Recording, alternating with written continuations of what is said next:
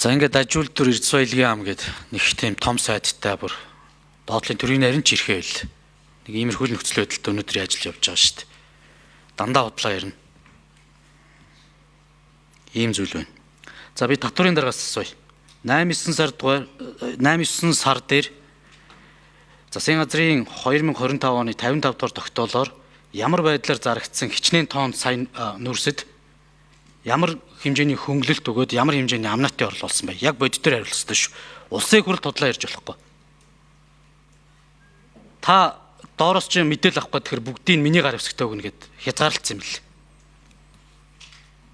Тэр энийг нэг татварын дарга чимд сүрэн те дарга нэг хариулт тааж нэгдүгээр шүү дээ.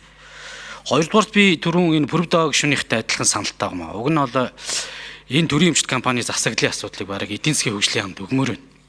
Энэ төлөвлөлтөйгөө уялдуулаад алийг нь татан буулгах, алийг нь хувьчлах, алийг нь олон нийтийн болгох, алийг нь төр өөрөө авч үлдэж энийг нь одоо те ашигт байдлыг нэмэгдүүлэх гэдэг юм а төлөвлөмөр шүү дээ. Ерөөсөө уялдаа байхгүй.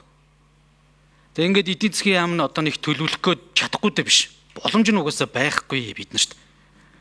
Тэгээд дэлхийн нийт чинь сая 2008-аас 16 оны хооронд за нэг 10 жилийн хугацаанд 260 биллион доллар энэ өмч өвчл буюу олон нийтийн болох хэсэгтэр явсан билээ шүү. Төрийн эмчийг одоо олон нийтийн болох хэсэгтэр. Тэгээд тэрийг хамгийн их өргөж нөрцөн манай бүгд найрамдагтаар тус буюу урд туршмаар байхгүй. Бид эндээс хоцорсон. Бага юмнуудаа өөрсдөө ээж ингээл хулгай зэлгээг л ихсгсэн.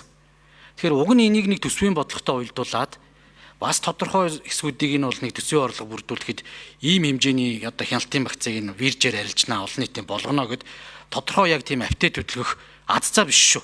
Ингэж дүүр хэсгэж хідүүлээ одоо төрийн эмч компанийг олон нийтийн болгоч гэж худлаа хэлээд явах. Ийм байдлаар уг нэг төсвийн бодлоготой бас оруулаад ирсэн бол энэ хүн зүгээр эсэ. Ийм юм яригдаагүй. Жавхаа сайд нэг яг энэ асуудал дээр нэг хариулж өгөөч. За Жавхаа сайд бас энэ төр хөгжлийн түншлэн хуулийг бас мэдэхгүй байна. Та бас тэр албаагчдыг загнаад явах бай. Яг одоогийн хуулиар Жавхаа сайд танаа яамнаас завсрын хилцээр дээр 3 дүгнэлт гаргадаг байхгүй. Нэг ч 3 удаагийн дүгнэлт гаргуулт юм Жавхаа нэг сайд. Нэг тэр зөвшөөрөлтөй яг ялгаа байхгүй Жавхаа сайд. Тэгэхээр энэ асуудал угаасаа танаа яамнаас гарахгүй байна. Тэгэхээр магадгүй энийг нэг жоохон хөнгөвчлөөд эцсийн байдлаар энийг төсвийн бодлоготойгоо уялдуулаад энийг засгийн газрын уралдааны хилцүүлэхгүй гэдэг байдлаар орж ирж байгаа энэ төслийг бол бид зарчмын хувьд дэмжиж байгаа шүү. Хөөр гэдгээр ингээд хитэн залуучуудыг тас загнаа явуучих юм. Энэ саадууд ч байгаа шүү дээ бүхэл бүтэн. Тэгэхээр энийг нэг бодиттой засах гээд орж ирж байгаа зарчмын хувьд бол ойлгож байгаа шүү. Гэхдээ харах юмуд байлээ уучралсаа та. Тэ энэ төр хуулийн төвшлийн хуулийг төсөв дагуулж оруулж иргэсэ. Яагаад вэ гэхээр бараг 50 төсөл нь энэ жилийн төлөвлөгөөнд туссан 50 төсөл чинь санхүүжилтөнд тодорхойгүй. За сая засгийн газрын нөгөө 14 төслийг ирэмбэллээ. Яам болгон дээр байсан 149 төслийг ирэмбэллээ. Та 5 жилийн чиглэлийг одоо маргааш засгийн хуралд оруулах гэж байна. Их хурал дөргөн мэдүүлнэ. 100 тэрбумаас дээш төслүүдэд хөрөнгө оруулалтын хөтөлбөрт нь багтаачлаа. Ингээд цэгцэлж байгаа. Тэгээ засгийн газрын ажил бол хэвээ явж байгаа шүү. Төр хуулийн түншлийн хуулийг бол манай сайнаа бол надаас илүү мэдж байгаа. Яагаад тэгэхээр тухайн үед төр хуулийн түншлийн хуулиар түншлийн хууль гаргасан гэсэн мөртлөө сангийн яамнаас 3 удаа тэр зөвшөөрөл авдаг байсан. За эдийн засгийн хөгжлийн яам руу илгээгээд ингээд жагсаалтанд оруулдаг. Тэгээ жагсаалтанд оруулаад тэгээ тэр нэг өржсөн шинжилгээ нөгөө нэг юу вэ? Бүрэн шинжилгээ гэдэг юм хийлэгдэг. Тэгээд тэр шинжилгээг нь хийлгэх гээд маш их цаг алддаг. Тэгээд бүтэн ноу хауг нь тэр нөгөө хувийн компани, нөгөө гадны компани бүтэн ноу хауг нь жил гаруй ашиглачаад хамгийн сүүлд нь сонгон шалгаруулж зарладаг. Тэгээд сонгон шалгаруул зарлангуудаа нөгөө жил гаруй ашиглагдсан компанида биш шал өөр тэс өөр компанид тэг гэрээ байгуулчихдаг. Ингээд хүний оюун санаа тэр шинэ бүтээл тэр бүтээгдэхүүний загвар ашигтай загварыг бол ерөөсө хайр гамгүй ашиглаж байгаа. Тэгэхээр хэн Монголд итгэж хэн итгэж хөрөнгө оруулаад түншлийн төсөл хэрэгжүүлэх юм бэ? Тэгээ одоо энэ эдийн засгийн хөгжлийн яам руу хандаа тэр баахан жагсаалтанд оруулын зөвшөөрөл үүснэгийг сангийн яамдаар 3 очно гэж багада жил 4-5 сар юм байл шүү дээ. Багад бараг 2 жил. Тэгээ ийм түншлийн төсөл гэж байхгүй. Харин энэ сайнаа энэ төр нийслэл дээр байхдаа тэр түншлийн хуулийн дээр нэг өөрчлөлт хийсэн юм бэл. Засгийн газар нөх хялбаршуулсан журмаар нөх түншлийн төсөл хэрэгжүүлж болно гэдэг нэг журам баталсан юм байна. Тэр нь төсөөс татаас авдгүй аймаг нийслэл гэдэг юм томьёол оруулаад засгийн газар журам гаргаад нөгөө олон үе шатыг арай бууруулсан юм байна. Тэгснээр энэ нийслэл төр чинь түншлийн төсөл бас харьцангуй явж байгаа багхгүй.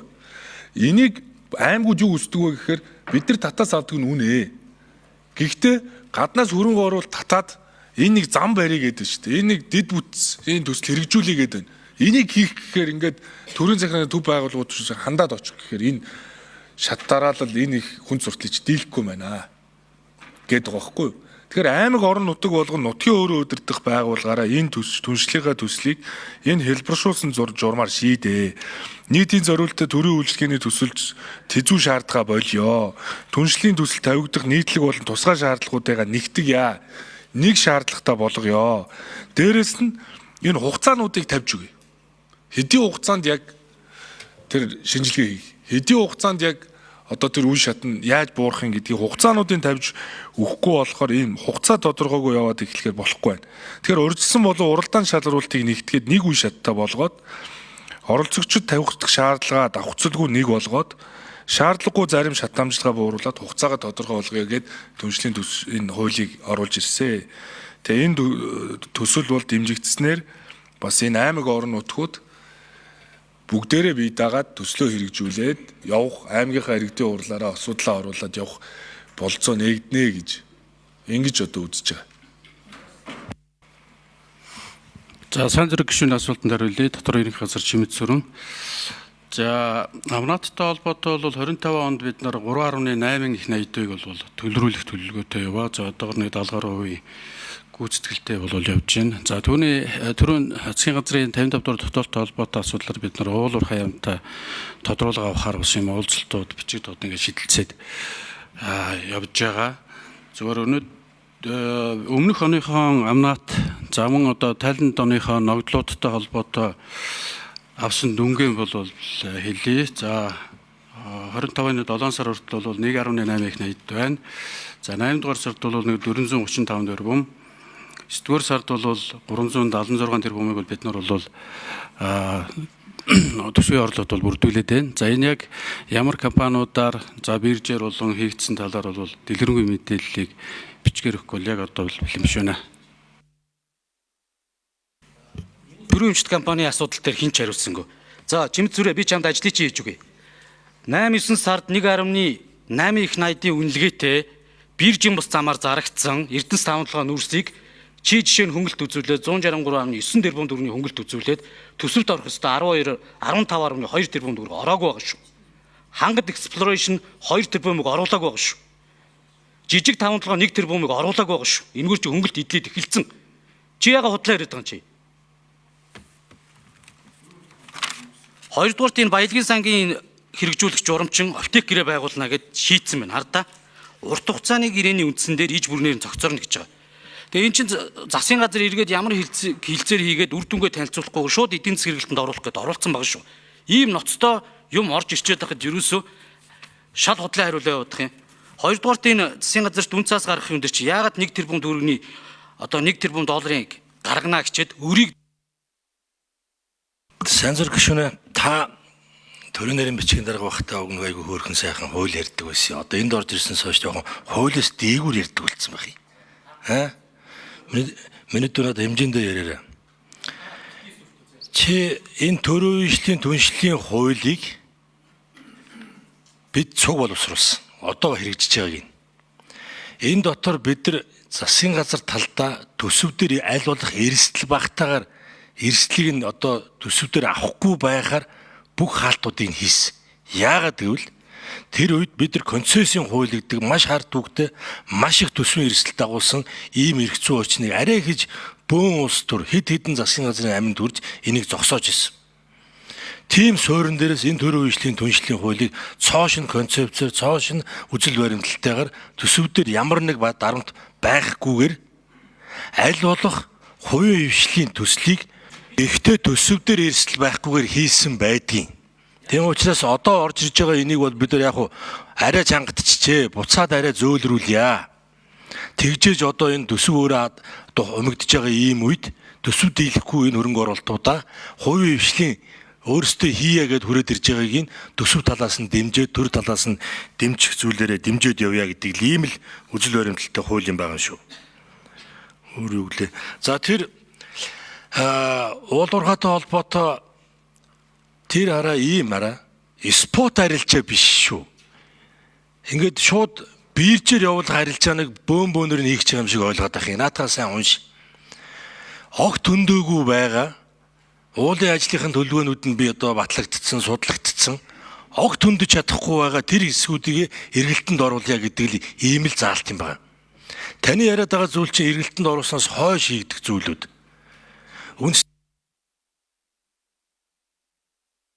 За тэр дөрвөн өмчт компани засаглал ил тод байдлыг сайжруулах гэдэг хуулийг оюун эрдэнэ засгийн газрын үед өргөн барьсан шүү дээ. Тэгээ одоо нийтийн өмчийн хууль их хурал дээр байна. Хуулийг гаргах хэрэгтэй. Концепцороо шийдье. Энэ хоёр хууль гаргахаар засгийн газраас төрийн өмчт компаниудаар баримтлах үндсэн чиглэл орж ирэх дагалдуулаад тэр нээлттэй болгох, нэгтгэх, нийлүүлэх асуудлыг нийлүүлж оруулж ирнэ. Яг бол их хурал өөр өмч хийзээ. Тэгээ өмчийн эзнийг тодорхой болгохгүй бол эзэн хэмбэг нь үл ойлгогдод байна. Тийм учраас энэ хууль хүлээгж засгийн газар өөрийнхөө хэмжээнд бол нэг 20 орчим компаниг нэгтгээд нийлээд өөрчлөлт зохион байгуулад явж штэ. Явж. Тэгэхдээ одоо хууль орж ирж бодлоготойгоор тэр нээлттэй болох асуудлыг шийдэхгүй бол хуульгүйгээр энийг ингэж явуулна гэж байхгүй болчиход байгаа юм л. Өмнө төсөв дагуулаа оруулж ирдэг байсан. Бэлтгэл ажил хангагддаг учраас нээлттэй болоогүй олон компани байна.